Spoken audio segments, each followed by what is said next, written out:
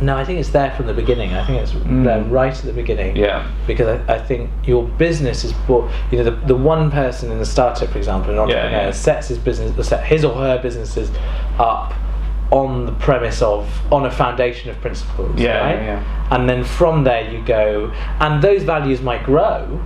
There's no denying that. Those values might say, right, okay, well, we're 20 people now and we've turned into a different sort of business. Our values need to grow with us. Yeah. But I think if you remain sort of loyal to your own brand values, then actually you can just keep building from there, can't you? Definitely.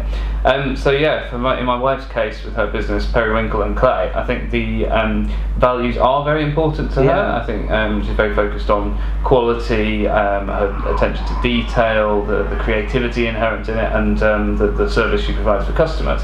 But I think the difference with a small organisation, in her case it's just her, then it's in her head. Yes. And it's very inherent, because essentially the brand is her, so she lives it, it's how she lives her life, so it's a lot easier.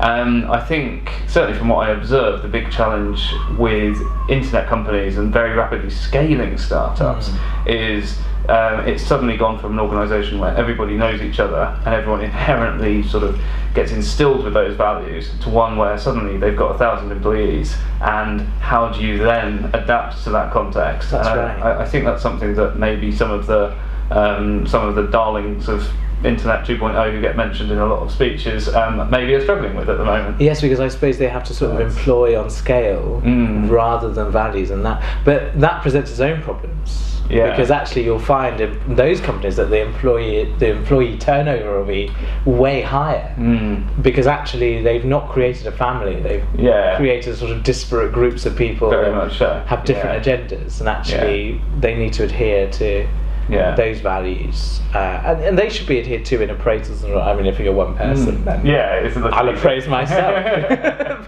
But she'll build on. You know, there are lots of people that have lots of brilliant skills, and often I think in interviews and things like that, what's missing in that is to show a bit of yourself. Yeah, absolutely. Because you connect with people very differently. It's a bit of empathy there, actually. Very much empathy, Yeah, because people then hire people that, sometimes people will hire people, they might not have all the skills, but they can see the potential in that person to run. Absolutely. So they'd rather take that person, the person that would have 2 years experience. Because they match the value, that person's values, the principles, And I think, absolutely, that role of empathy and being really in tune. And I was actually, funnily enough, just the other day, I was hearing from a presentation about one of the Fujitsu Group companies, actually, where they've changed the hiring process to include a lot more of the potential colleagues. Oh, right. So you that's think great. You think of recruitment as being very much your managers will interview you and recruit you. Whereas this is making it much more the other way around, and actually getting feedback on who their co-workers will be. Of, does this person fit? Do they have the right attributes, the right behaviours, the right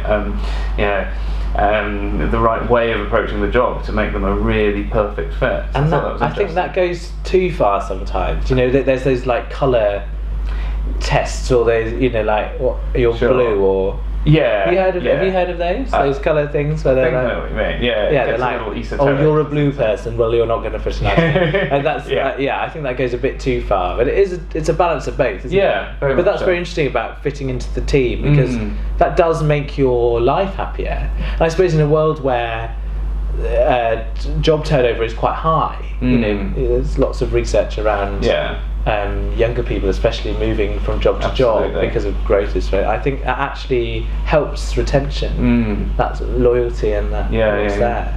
That's very interesting. That's very interesting.